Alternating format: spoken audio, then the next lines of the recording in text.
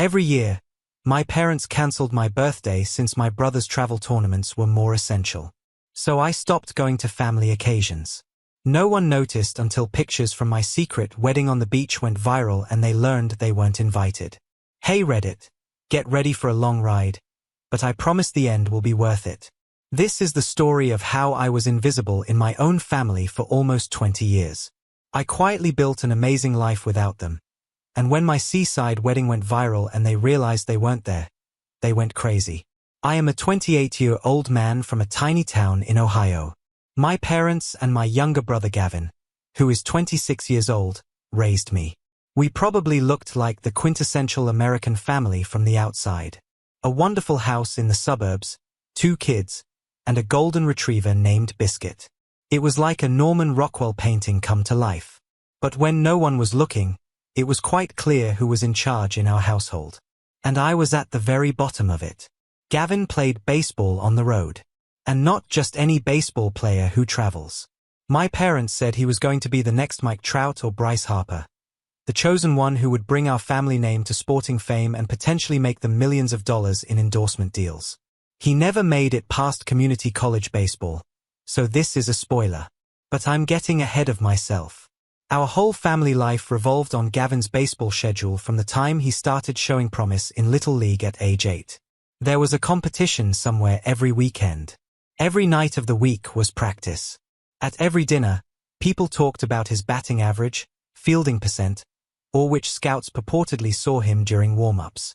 Over the years, my parents spent more than $200,000 on travel teams, private coaching, specialized equipment, training facilities, and tournament expenses.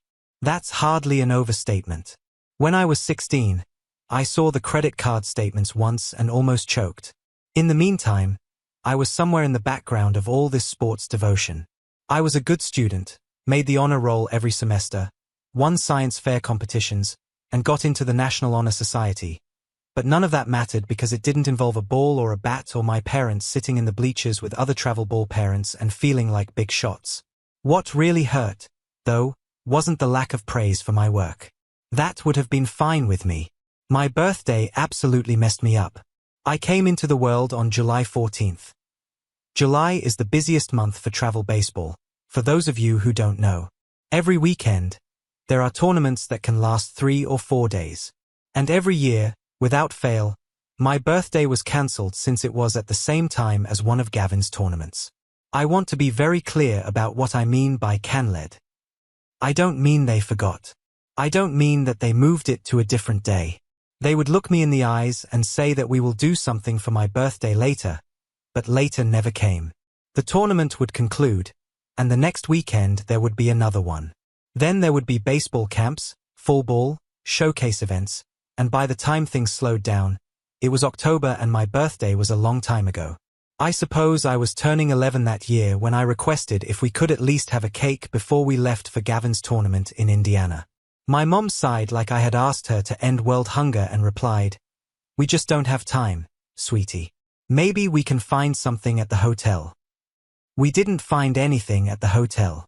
My dad threw me a Snickers bar from a vending machine and said, "Happy birthday, champ." I ate it in the backseat of our minivan while my brother warmed up for his first game. I was 14 years old and asked my granny if I could remain home instead of traveling to the tournament. I didn't want to make things worse. I didn't want to spend my birthday sitting in 95 degrees heat for 12 hours watching baseball. My dad looked at me like I had told him to set the American flag on fire. He said, "This is a family. We help each other. We need to be there for your brother." What about what I wanted? No one ever thought of that question. When I turned 16, it was the worst. 16 is a significant thing in most families. Sweet 16 and all that stuff about getting a driver's license. Things that happen when you grow up. I made the worst mistake of believing my parents when they stated we would do something special for my 16th birthday. I was really stupid. I invited a few people over because I assumed it would be a little celebration at our house. I didn't know that my parents had put Gavin up for a last-minute elite showcase competition in Georgia that same weekend. The same weekend that they had committed to come to my 16th birthday party. 2 days prior, My mom casually told me we needed to pack for Georgia. I had to call everyone I knew and tell them I couldn't go. I had to tell them that my family was leaving town and that I couldn't throw a party anymore. Do you know how bad that is at 16? Some of those pals never looked at me the same way again. I became the child whose family didn't care enough to throw him a birthday party. My parents said they would make it up to me. When we came back, they would throw me an even greater party. They would get me a cake that was even better. They would make it the nicest birthday ever. While they loaded Gavin's baseball bags and coolers full of Gatorade into the car, they promised all of these things.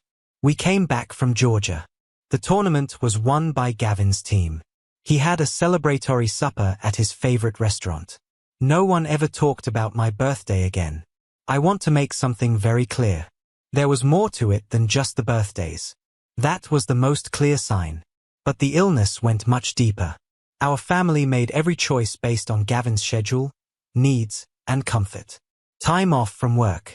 We went to sites where Gavin could practice his baseball skills that were close enough to drive to. Holidays planned around tournament schedules and recovery time. Family dinners filled with baseball conversation, scouting talk, and college recruitment strategies. While I ate my meatloaf, my parents would talk about Gavin's swing mechanics like they were ESPN analysts. I remember Thanksgiving when I was 13 years old. I had just learned that my project on water filtration systems had won the district science fair. I was really happy to tell everyone at supper. I waited for a break in the Gavin baseball hour to tell everyone my news. Finally got my chance and said, I won first place at the science fair. You know what my mom said? That's nice, honey. Gavin, tell your dad what Coach Peterson said about how strong your arm is. That's nice. 3 words and a turn. That was all the celebration I got for winning a district contest. It was a big deal when Gavin won anything to do with baseball. The living area had trophies on display. They put pictures in frames and hung them on the walls. People in the neighborhood were told.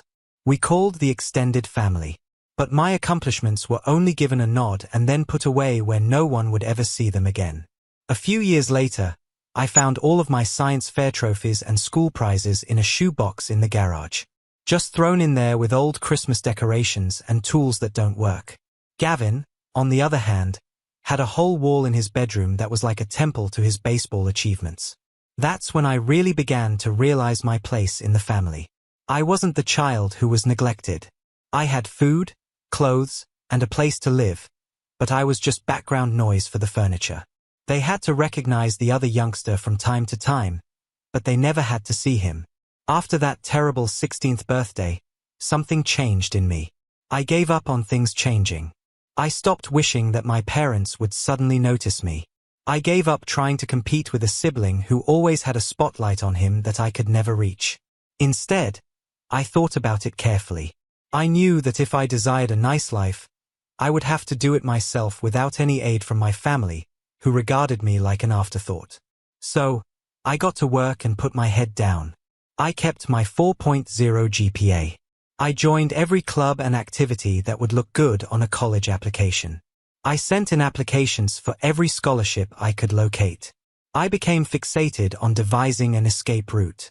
I sent in applications to 14 different universities during my last year of high school.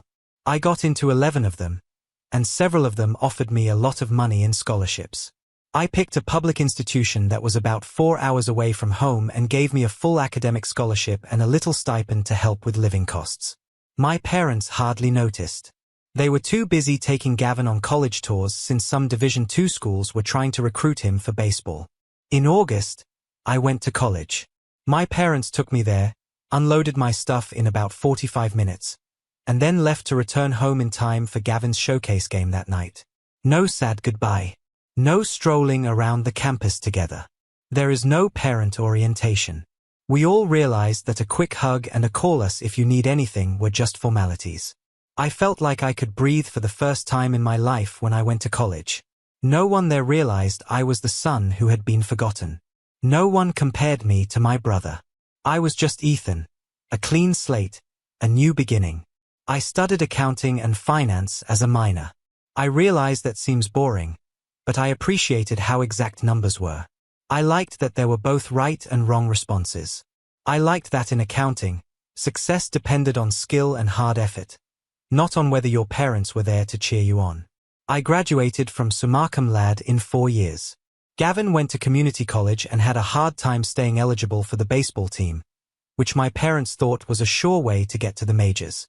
His fastball reached 84 miles per hour, which is good for a casual player but not nearly good enough for a pro.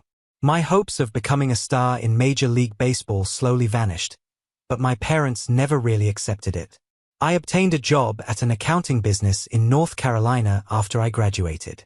I chose North Carolina because it was distant enough from Ohio that my family wouldn't be able to surprise me, but close enough that I couldn't be accused of fully leaving them. Nobody would have cared if I relocated to Antarctica. I started what I call the slow fading over the next couple years. I didn't make a big deal out of it when I cut off my relatives.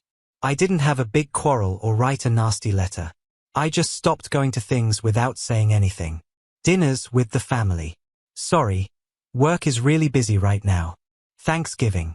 I already made plans with my buddies. The holiday of Christmas. I will attempt to make it, but I can't promise anything. Gavin's birthday celebrations that still got special treatment, even though he was an adult. Sadly, I have a deadline that week. I would send a text message and a gift card that could be used anywhere. I would call for 5 minutes every once in a while. I did the bare minimum to avoid a fight, but I stopped putting any emotional energy into people who had never put any into me. And this is the crazy part. No one saw it. No one said anything about me missing 3 Thanksgivings in a row. No one asked me why I hadn't come home for Christmas in 2 years. No one thought it was strange that they hadn't seen my face in person since I graduated from college. My parents were still so focused on Gavin's life that they scarcely noticed I was gone. After his baseball career ended, Gavin moved back home. He worked part-time at a store that sold sports gear, and most of his time was spent chasing some vague dream of becoming a personal trainer or coach. Most of his life was still paid for by my parents. He still went to his leisure league softball games if they were the World Series. Even though his gold had tarnished badly, they still regarded him like the golden child. I wasn't angry about this. To be honest, I had come to terms with my place in the family hierarchy a long time ago. I had just finished being in a show where I wasn't even an extra. I was done being the person who bought tickets but never got to sit down. On the other hand, my life in North Carolina was really good. I started as an entry-level employee at the accounting business and worked my way up to senior associate and then manager. I bought a little apartment. I made real pals who remembered my birthday. I met a woman named Olivia at a friend's barbecue and started dating her. She was a pediatric nurse with the most contagious giggle I had ever heard. She also had a zero-tolerance policy for family drama that made me feel seen in a manner I had never felt before. I told Olivia everything about my life as a child. The birthdays that were cancelled, the triumphs that were never seen, and the perpetual second place finish to a sibling who didn't even realize he was competing with me. She listened to all of it without judgment, then looked me in the eyes and said, "Their loss." Seriously, they missed out on knowing someone incredible. Nobody had ever called me incredible before. Olivia came from a close-knit family that actually functioned like a family. Her parents had been married for 35 years and still held hands at the grocery store. They had Sunday dinners together, not because they had to, but because they genuinely wanted to spend time with each other. The first time I went to one of those dinners, I felt like an anthropologist studying an alien civilization. This is what normal looks like. Her mom asked me questions about my job and actually listened to the answers. Her dad talked to me about regular stuff like sports and movies. They included me in conversations instead of talking around me. I kept waiting for the catch, for the moment when they would pivot away from me to focus on someone more important. That moment never came. After a few months of dating Olivia, I realized I had not talked to my parents in almost 5 weeks. Not because I was avoiding them specifically. I just genuinely forgot they existed because my life was full of people who actually wanted me in it. When I mentioned this to Olivia, she raised her eyebrows and said, "That is kind of telling, do not you think?" Yeah, it really was.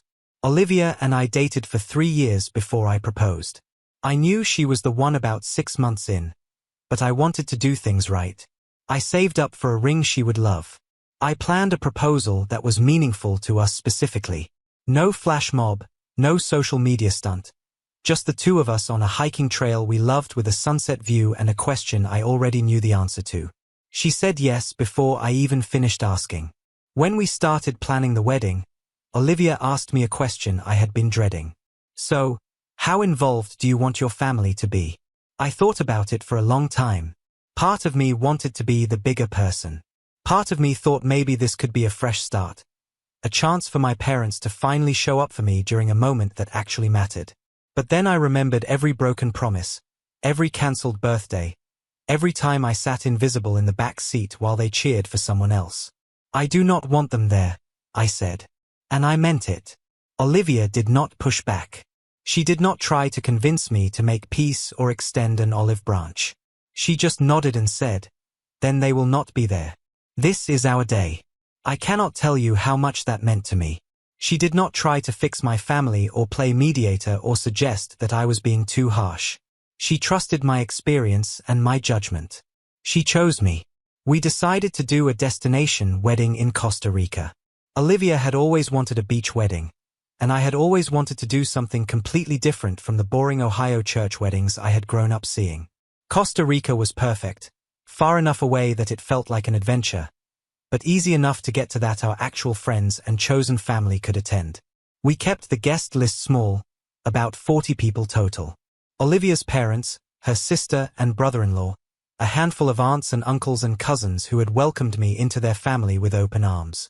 On my side, I invited my college roommate who had become my best friend, a few work colleagues who had become genuine friends, and my cousin Jamie, who was the only blood relative who had ever treated me like I mattered.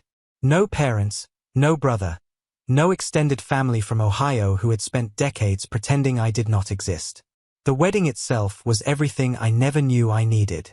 We got married on a private beach at sunset. The venue was this small boutique resort that specialized in intimate weddings. Palm trees everywhere, white sand, water so blue it looked photoshopped. Olivia walked down an aisle made of seashells and tropical flowers. The officiant was a local woman with the warmest voice who conducted the ceremony in both English and Spanish. I cried when I saw Olivia in her dress. I cried when I said my vows. I cried when she said hers. I am not ashamed of any of it. During the ceremony, I had this weird moment where I looked out at the small crowd of people who had traveled to Costa Rica to watch me get married.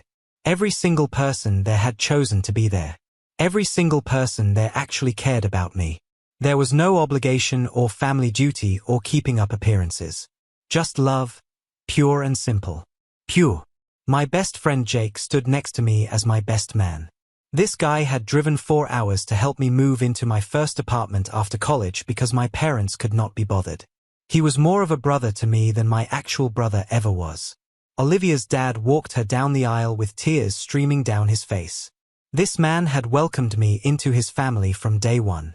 He called me son without any hesitation. The reception was at a beachfront restaurant with fairy lights strung between palm trees and a live band playing acoustic covers of our favorite songs.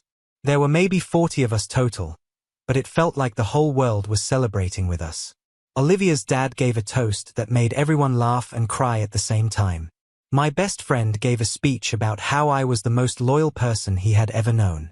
Olivia's mom told me she was proud to officially call me her son.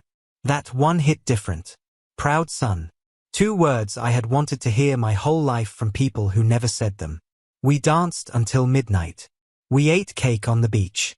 We watched the stars come out over the ocean and felt like the luckiest people alive. And here is the thing. Not for one single second did I think about my parents or my brother. Not during the ceremony. Not during the reception. Not during any of it.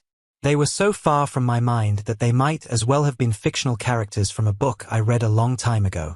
One of Olivia's cousins was a semi-professional photographer and she spent the whole weekend capturing candid shots of everything. The ceremony, the reception, the morning after brunch, random moments of us laughing with friends and walking on the beach and just being ridiculously happy.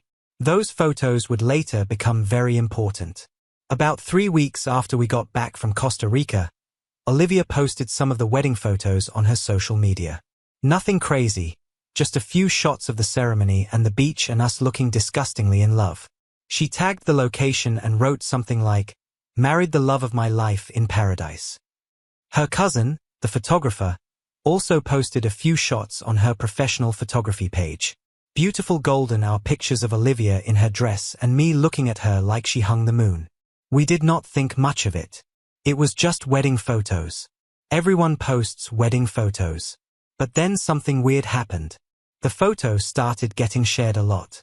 It started with one of those wedding inspiration accounts reposting the photographer's shots with credit.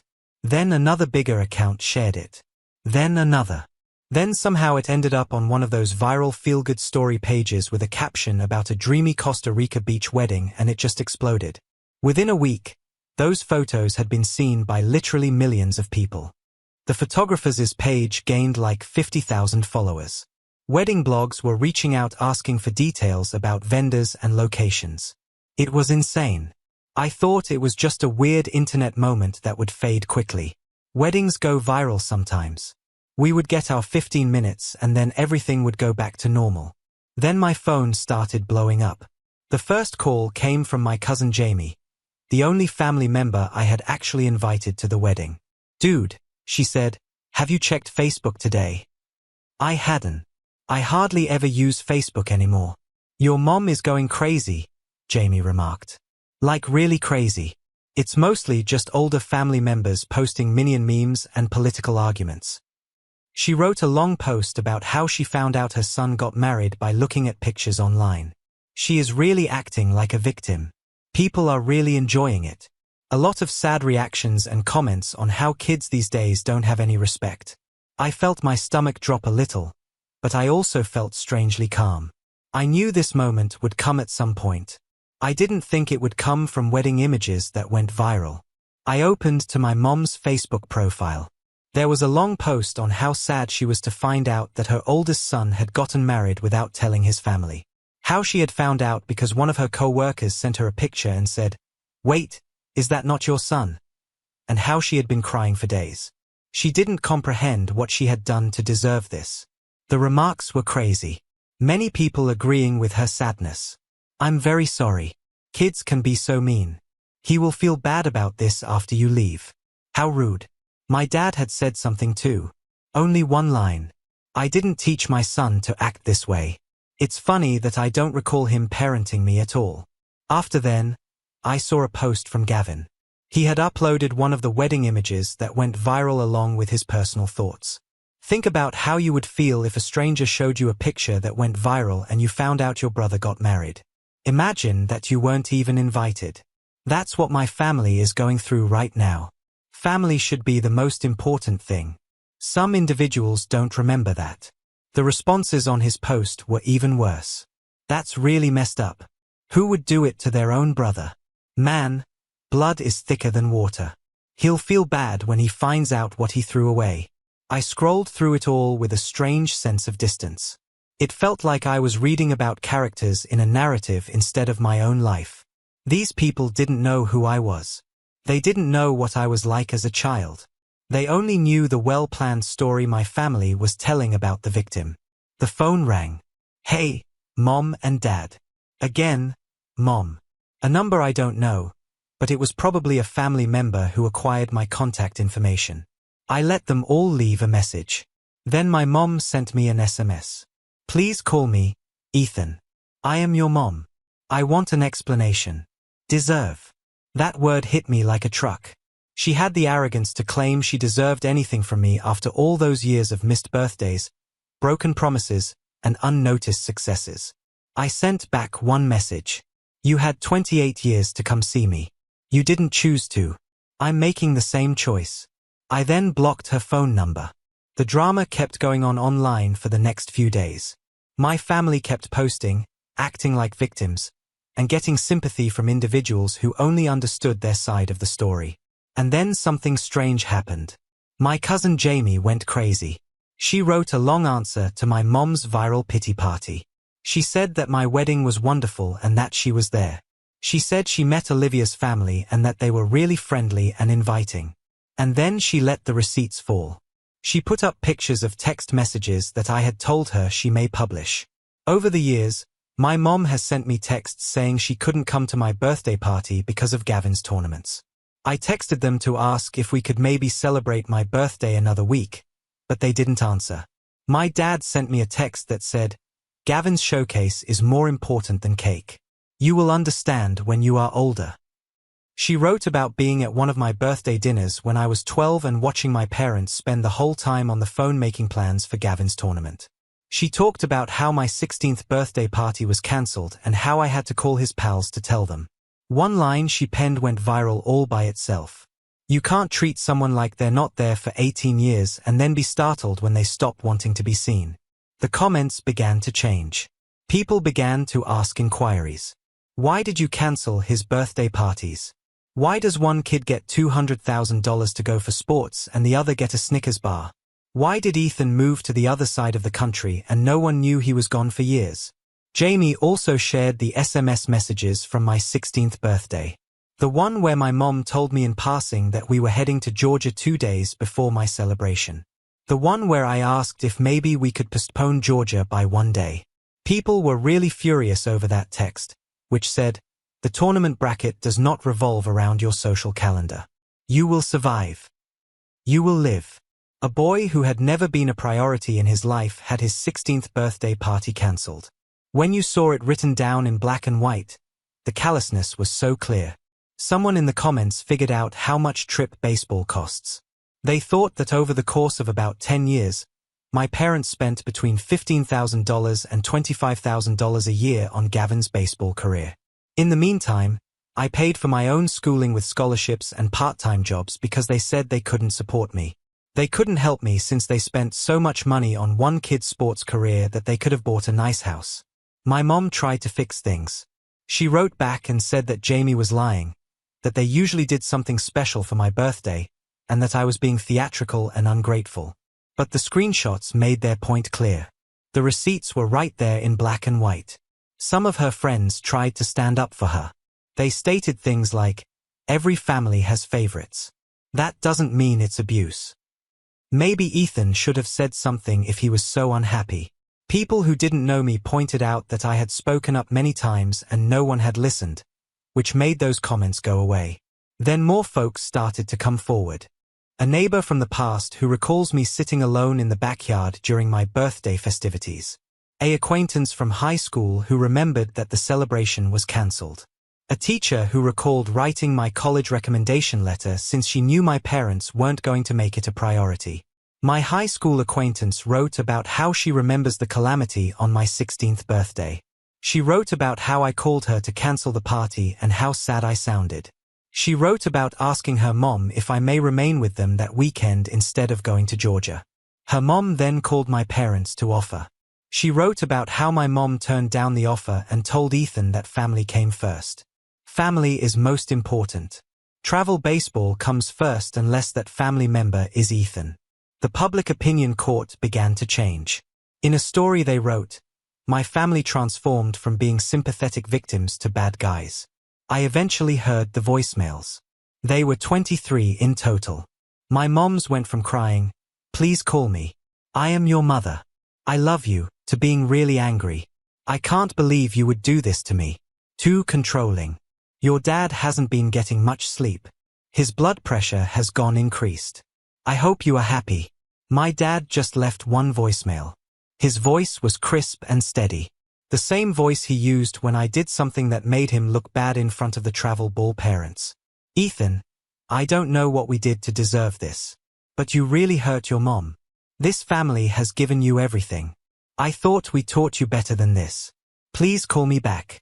All of it. They had given me everything but attention, presence, and the simple fact that I existed outside of being Gavin's older brother.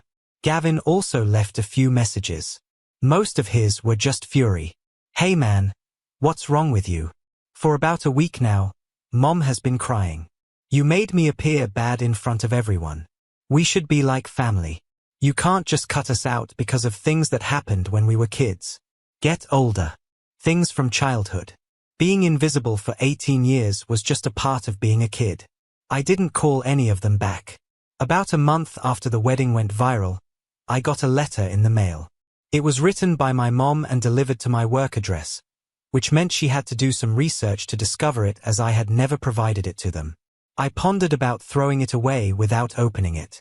But I couldn't help myself. The letter was 4 pages long, single-spaced, and written on the flowery paper my mom has had since I was a youngster. She began with an apology, or at least what she thought was an apology.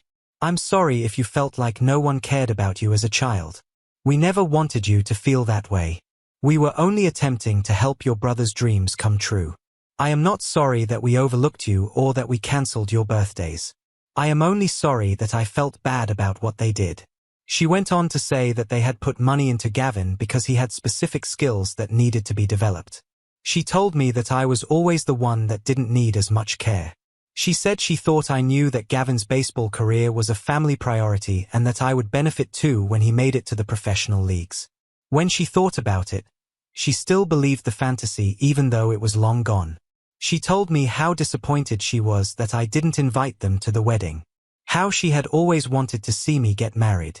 How she had missed out on that event. Stolen, as if I had taken something from her. She thought that my wedding was hers and that I was being selfish by not giving it to her. At the end of the letter, she said she hoped we could go on as a family and forget about this. She told me that no matter what, she would always love me. She wrote Mom with a small heart on it. I read the letter 2 times. After that, I put it back in the envelope. After that, I threw it away. There was nothing in those 4 pages that sounded like real responsibility. No mention of specific hazards. Not understanding why I could be unhappy. Just excuses dressed up in the language of being a victim. I gave Olivia the letter. She read it slowly, then put it down and remarked, "This is really one of the most tone-deaf things I've ever read." She spent 4 pages detailing why they were right to treat you that way. She was correct. My parents made the decision early on that Gavin's skills were worth investing in, but mine weren't. They had made that choice on purpose over and over for 18 years. And now they thought I should just get over it since they finally saw that I was gone. I did not write back. There was no reason for me to answer my mom. All she deserved from me was what she had given me for 18 years. Nothing. I wasn't going to move forward as a family with folks who still didn't get what they had done. 3 months after the wedding went viral, I got a call from my cousin Jamie. Her voice was tight. She said, "Heads up. Your parents are going to North Carolina. They made plans to fly out following weekend. Your mom told my mom that they are going to come to your house and force you talk to them." My jaw got stiff. How did they find my address? Linda, your aunt. She found it on a website for property records. I'm so sorry. I told her not to give it to them, but she believes this is all terrible and that everyone should just get along. I said thank you to Jamie for the heads up and hung up. Then I called Olivia and told her what was going on. "So, are they just going to attack us?" She responded, "You just showed up at our house without telling us. That's crazy. What do you want to do?" I thought about it for a few seconds. I don't want to be here when they get here. That is exactly what we did. My parents traveled to North Carolina for the weekend, and Olivia and I drove to Charleston for a last-minute beach excursion. We shut off our phones and spent 3 days eating seafood and wandering on the beach, utterly ignoring the insanity that was going on back home. When we got home on Sunday night, there was a message on our front door. The way my mom writes, "We traveled all this way to visit you. We waited for 4 hours on your porch. Please give us a call. We care about you and want to make things right." There was also a gift bag with a letter and what looked like a picture in a frame inside. I didn't open it. I tossed the whole thing in the trash. 2 days later, my dad called from a number I didn't know. I shouldn't have answered. He told Ethan that this was crazy. His voice was rough and aggressive. "We flew all the way across the country to meet you, and you hid from us like a kid. The whole flight home, your mom cried. Are you happy? I didn't tell you to come. I told you I didn't want you to come. You came to my house without being asked. We are your mom and dad. We don't need an invitation. You do, in fact. That's how this works. Exactly." He sputtered for a few seconds. I don't know what we did to make you detest us so much. I know you don't. That is the issue. I hung up and blocked that number again. A few weeks after the ambush, I got some important news at work. The company was making me a director. It was a big change in both my title and pay. They said I had earned it by years of consistently doing great work and building solid relationships with clients. Olivia made sure we had a party. She set up a dinner at a good restaurant for approximately 12 of our best friends. Her folks drove down from Virginia to be with us. Jake came in from Atlanta by plane. Jamie, my cousin, came also. Olivia's dad stood up and made a toast at supper. He told me how proud he was of me, how hard I had worked, and how much I deserved this praise. He stated he thought of me as a son and that it made him very happy to see me do well. I gazed around the table at all the folks who had come to celebrate my promotion. Some had driven for hours or flown across states to be there. My own parents had never done anything like this for any of my accomplishments. Olivia's mom took me aside after dinner and gave me a tiny box that was wrapped. "This is from us," she said, "for your promotion, but also just because we wanted you to have it." Inside was a really nice watch. Quality, elegant, the kind of thing you wear to important meetings. "You don't have to say anything," she said when I started to thank her. "Just know that we see you. We have always seen you." Fast forward to now. It has been almost a year since the wedding went viral. My parents made 2 more attempts at contact after the ambush. First, they sent a certified letter to my office demanding a meeting. My assistant signed for it. I had our company lawyer send back a formal response requesting they cease all contact through my workplace. That stopped pretty quickly. Second, they tried going through Olivia's parents. My mom somehow got their phone number and called them to plead her case. Olivia's mom listened politely for about 5 minutes, then said, "With all due respect, I have heard your son's side of the story, and I believe him. You will have to work for a relationship with him. Calling us is not the way to do that." Then she hung up.